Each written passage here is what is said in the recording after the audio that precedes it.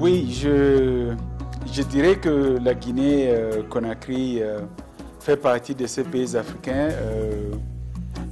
inondés de richesses naturelles, même de la capacité humaine, mais un pays qui, depuis son indépendance, n'a pas vécu sous un régime démocratique.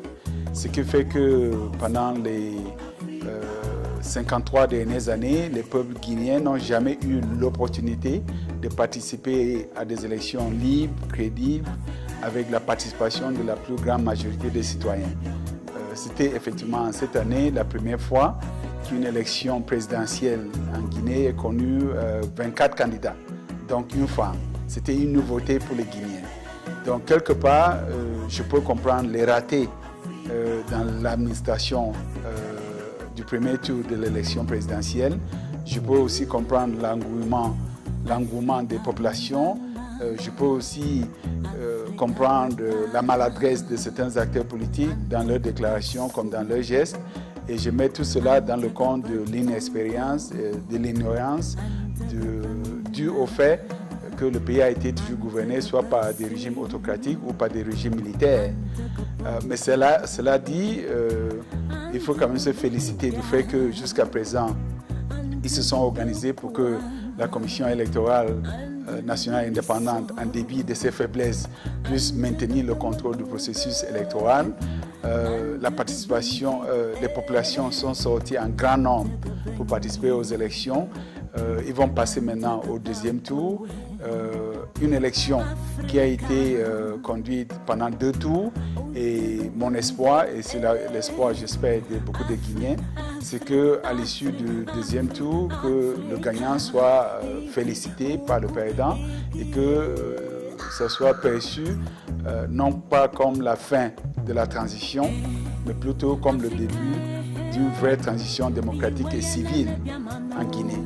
C'est ça l'espoir que je porte pour la Guinée, mais effectivement, moi-même, comme beaucoup de Guinéens, nous avons vécu la déception des dernières années et les difficultés auxquelles la Guinée est confrontée.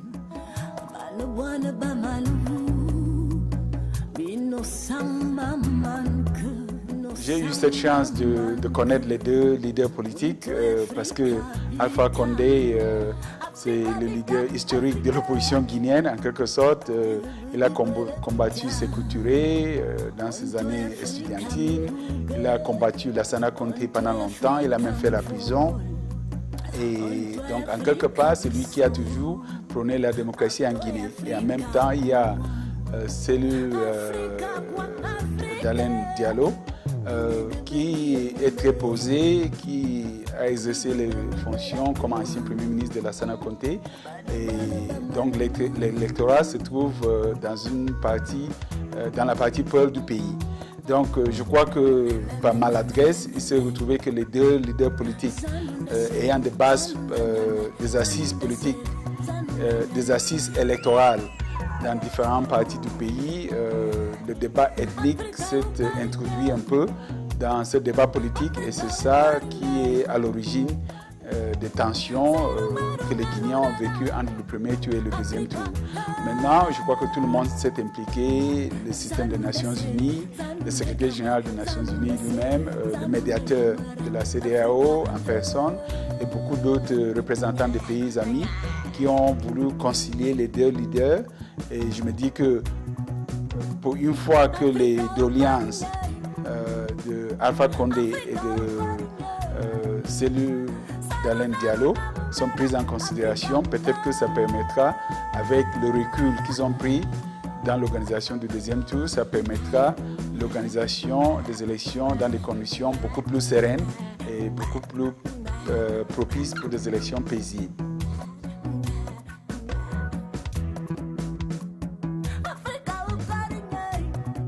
Je crois que la Commission a essayé, tant bien que mal, à jouer ce rôle. Mais c'était une commission qui était constituée de personnes qui, au départ, avaient été désignées par les partis politiques. Donc, certains membres n'ont pas su laisser par derrière eux leur coloration politique, ce qui a fait l'objet de la plainte de certains des acteurs politiques. Deuxièmement, le président de la commission était maladif. Et d'ailleurs, il avait passé tout son temps à l'hôpital et il est décédé, paix à son âme. Mais ce qui fait qu'il n'a pas eu l'opportunité vraiment de gérer la commission comme il le fallait. Ce qui fait qu'en l'absence du président de la commission électorale nationale indépendante, il y a eu une certaine cacophonie au niveau de la gestion de la commission, mais il faut avouer que c'est la première fois que cette commission est appelée à gérer une élection nationale avec 24 candidats, avec des multiples bulletins, avec un engouement des populations. Ce n'était pas évident que la commission puisse s'en sortir. Il y a certes des faiblesses, mais je crois que après cette première expérience, il faudra mettre le temps nécessaire pour renforcer les capacités de la CENI à organiser les élections législatives qui viendront d'ici peu et même par la suite les élections locales.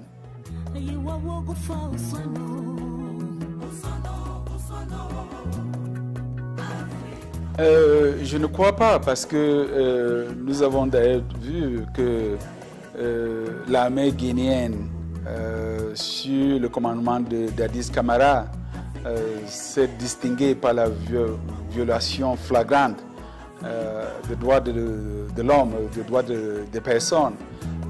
Nous avons encore en mémoire ce qui s'est passé au stade de Conakry le 28 septembre 2009 où des citoyens, des civils non armés, pendant un meeting politique, ont été massacrés par les soldats guinéens. Donc là déjà, c'est un signe qu'on ne pouvait pas se fier à l'armée guinéenne parce qu'elle n'avait pas pour vocation de gérer le politique. Mais je crois que le défaut que nous constatons provient du fait que c'est la première fois que les Guinéens sont appelés à participer dans un processus électoral ouvert. Et ce qui s'est passé au stade de Conakry le 28 septembre 2009, c'est un signe qu'on ne pouvait pas se fier à l'armée guinéenne parce qu'elle n'avait pas pour vocation de gérer le politique.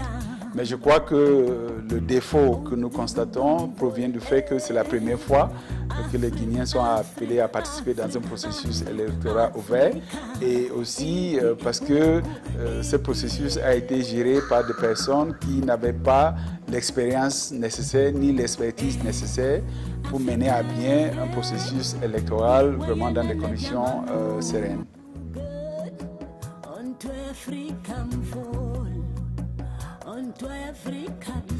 Ce serait d'abord de se mettre à l'évidence qu'une élection ne constitue pas une démocratie. C'est-à-dire que la vraie transition en Guinée, à mon entendement, commence après les élections.